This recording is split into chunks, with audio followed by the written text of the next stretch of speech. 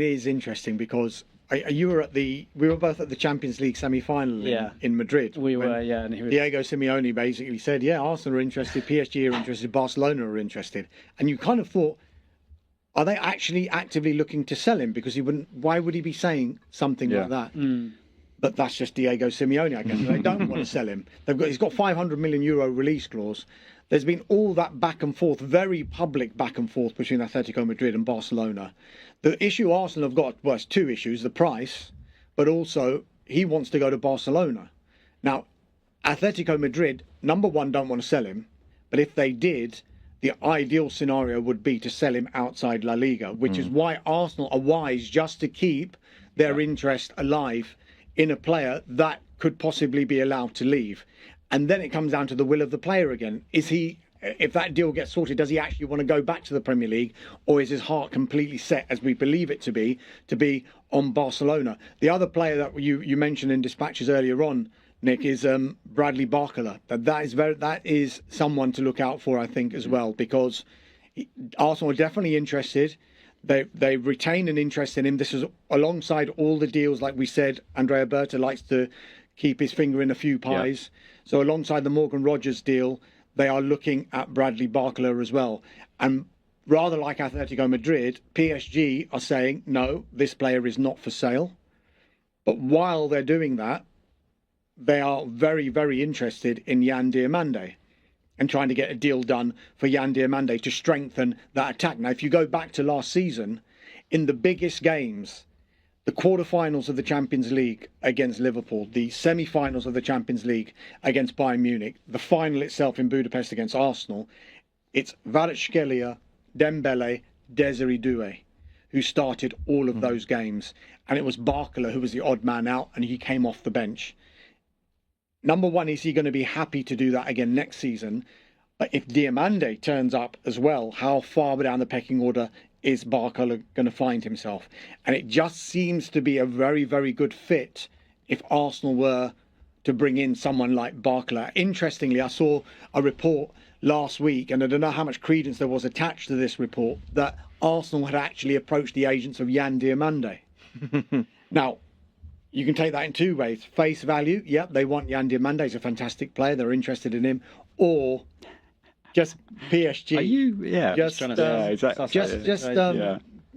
Just letting you know, we like this player as well. Yeah. Oh no, we want to sign him. Oh, Barcola then? Yeah. Nice little knock on. Sometimes it can work out like that. So definitely something to look out for. We saw that before as well with Declan Rice. Man City came in, and then suddenly Arsenal got very, very quick about it. So maybe Arsenal are sort of using their own experience to work that one out. Yeah, transfer dominoes. Yeah, domino effect. Yeah. Well, with that in mind, it's a little bit strange to sort of talk about this because it feels like the Arsenal squad could be quite different by the end of the window. It feels like the other squads at leading teams could be quite different. But just as we stand here, Sam, how do you think Arsenal are looking compared to their rivals? I guess there's an element of, their experience of winning the title last season and going again, and the sort of the experience they've got from that. We look at Man City, obviously Maresca's come in for Pep Guardiola, and Liverpool, Iraola's come in for Arne Slot. Man United obviously trying to kick on with Carrick now. Alonso at Chelsea, so that's a new look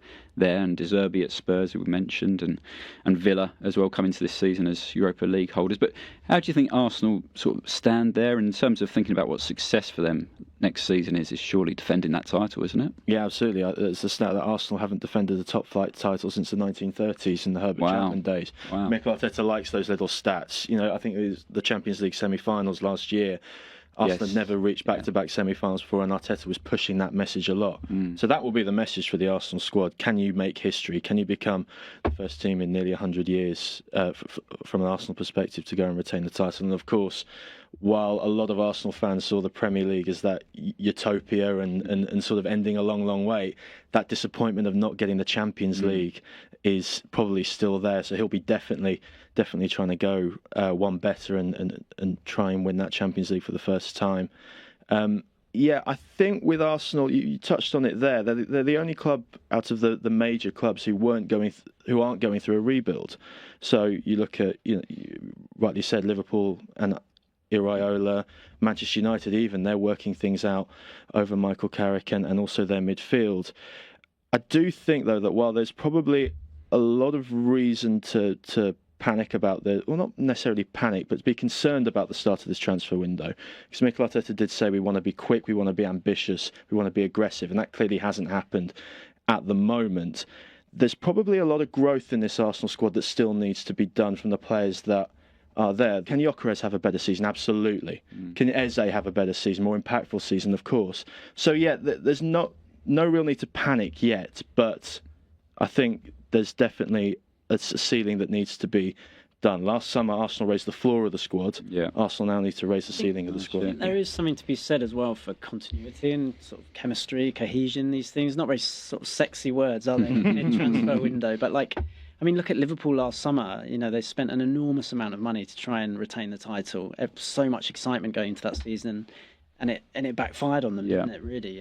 Look at Liverpool's last 2 title wins, the one under Slot and the one under Jurgen Klopp. In the previous summers, they basically didn't sign anyone. So in the Slot title win, they signed Federico Chiesa. It was the only real, the only signing they made.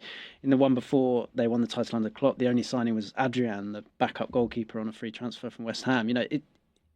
I'm not saying here that Arsenal don't need to sign anyone, because they do have areas they need to strengthen, business they need to do. But I think there is a lot to be said for keeping things together, and for they are building from a position of strength here, aren't they? And business and signings, they don't always equal success. It's not. I think it's a story of progression. I completely agree with Nick. Yeah. If everyone, they were a figure of fun, weren't they? Arsenal second again. But they went second, champions. Yeah. You look at the Champions League, since they returned, they had a big gap when they weren't in the Champions League at all. And Arteta got that progression where they got into the Champions League number 1, quarterfinals, semi-finals, runner-up.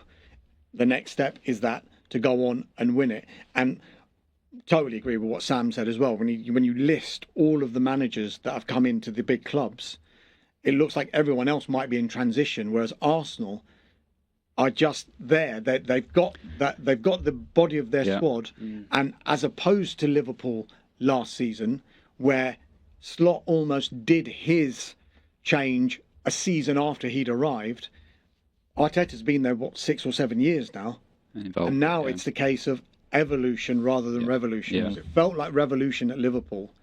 It feels like evolution here at Arsenal. Whereas 1, 2, 3 positions, let's increase the quality in the first team, but also increase the lower the gap between the subs bench and the first team as well. Just 2 other things I'd add on to that. It's the psychology of being winners and the confidence that brings and how that can lift players up. We've seen that in the past.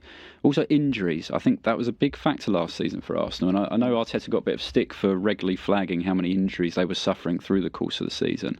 But I think he'd feel that they won't be quite as badly hit through next season, or they shouldn't be quite as badly hit next season, and have more of those first team players regularly available. Mentioned about Havertz not being there for quite a long period of time. So maybe those 2 things could contribute to Arsenal posting perhaps even better points total than last season. And then the question would be, can any of these guys come in, hit the ground running in the case of Man City and Liverpool, or can Carrick and Alonso at Chelsea, or can Carrick inspire enough of an uplift at Man United to actually topple an Arsenal team that might post an even higher target this year? That's the question. Yeah. Well, we'll wait and find out.